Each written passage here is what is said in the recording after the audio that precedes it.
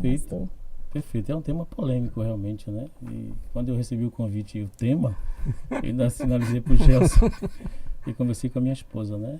Mas eu aceitei o desafio de bate-pronto porque eu também gosto de me posicionar muito claramente, mas especialmente nas questões mais difíceis. E eu sei que esse é um tipo de espaço hoje muito relevante para a gente poder manifestar as nossas opiniões, os nossos conceitos, né? A gente discutir de forma ampla esses temas difíceis, que a gente está vendo. E que bom que vocês vão trazer outros temas para falar sobre as questões que envolvem a nossa sociedade moderna, né? Pós-moderna. E o tema aborto eu acho que é um bom começo, porque a gente vai tratar da vida, né? E a vida quem dá é o Criador. Quem tira é o Criador. O homem não pode usurpar esse direito, de forma alguma e em momento algum. Eu tenho aqui uma frase que eu grifei, ó. A morte pode se manifestar em todas as esferas da nossa vida, menos pelo aborto. Então ela pode se manifestar de todas as formas, um acidente, né, uma morte natural, mas nunca pelo aborto. Perfeito. E continuando nessa questão do aborto, quando você pratica, né, o aborto, você está praticando um aborto, você está eliminando uma geração. Você está eliminando um filho, que provavelmente vai ter um filho, que vai ser seu neto. Exatamente. Né? Vai eliminar a possibilidade de ter um bisneto. O aborto, ele não para ali. Isso no mundo material. No mundo material, ele não para ali com essa consequência, né, de eliminar a criança, de eliminar uma geração. Sim. E ainda tem um reflexo, que é o pior, que é o reflexo no mundo espiritual. A gente pode até lembrar aqui a situação de Caim. Né? Caim, quando matou Abel, Deus falou com Caim.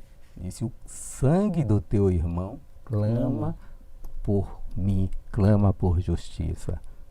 Então, no mundo espiritual, o aborto, ele cria um clamor por justiça. Clamor por justiça. Chega ao coração de Deus. Né? Que chega no coração de Deus e vai além do mandamento não matarás. Sim.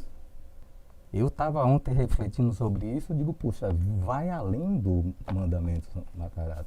Porque você está tirando algo que Deus, né, colocou, deu o privilégio de colocar no teu ventre, né, e que você simplesmente não deu oportunidade para que esse ser viva. Gerar uma outra pessoa é algo tão divino, tão espetacular, né? É sagrado isso. A sacralidade da vida é tão importante que o aborto, ele vai de encontro a tudo isso, né? Impedindo que essa manifestação da glória de Deus aconteça.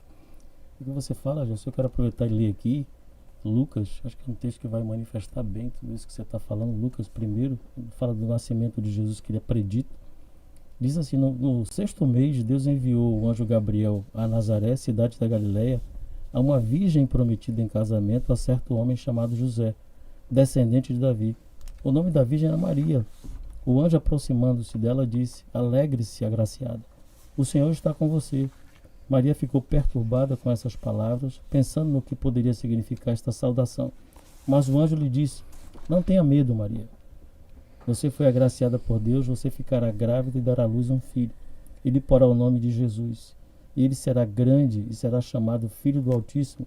O Senhor Deus lhe dará o trono do seu pai Davi, e ele reinará para sempre sobre o povo de Jacó. Seu reino jamais terá fim. Então você falou de geração, interromper uma geração, né?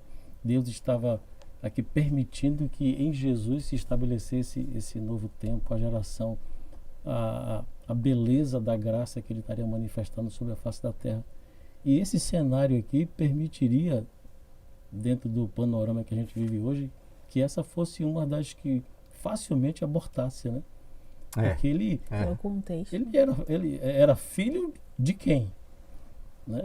de um possível adultério. Como É. é que Maria ia Isso. provar que não adulterou com alguém? Isso. E naquele contexto, né, Naquele naquela contexto. época, Exatamente. O cenário seria perfeito. Mas aqui começa a se revelar o que Deus faz, como Deus permite que uma criança seja gerada no ventre de alguém. Maria é um grande exemplo para as mulheres. E eu quero aproveitar para dizer que assim como você manifestou a sua posição, a minha também é essa. Eu sou totalmente contra o aborto. Recentemente estávamos ensinando na nossa igreja e eu fiz questão de pontuar para minhas ovelhas, para a nossa igreja, que a gente precisa declarar que nós somos contra o aborto. Qualquer discussão posterior, a gente vai saber tratar desse assunto, das suas nuances, né? Uhum. Mas nós somos contra, nós temos que defender a vida. E aqui, esses aspectos são tratados de forma muito bela, né? E isso aqui não é filosofia, não é religião, isso aqui é a realidade de como Deus concede no ventre a mulher reproduzir, gerar uma outra pessoa, dar descendência a todas as pessoas. E é importante salientar também, já doutora Marília, que a gente está numa cultura em que parece que as mulheres não querem mais gerar filhos. isso. Mas ainda existem culturas no nosso planeta, né, especialmente na Europa, de pessoas que geram filhos e não abortam. Fazem questão de ter mais de 5 filhos. Sim, é. Hoje a Europa está povoada por muçulmanos. Os europeus não querem gerar filhos, eles estão com um problema. Mas os muçulmanos, Uhum. quando vão para lá na sua diáspora, eles geram filhos e eles hoje têm descendência para isso, para ocupar esses espaços. Já os europeus não têm descendência. A gente precisa pensar muito nisso. Por que Deus permite que venha a nós um filho e por que não devamos abortá-lo, né? Então a Bíblia é clara aqui nesse texto, apesar de não falar em nenhum lugar muito claramente, a não ser na lei de Moisés, ele diz que aquele que abortasse seria punido, mas a Bíblia fala sobre vida, muito mais importante.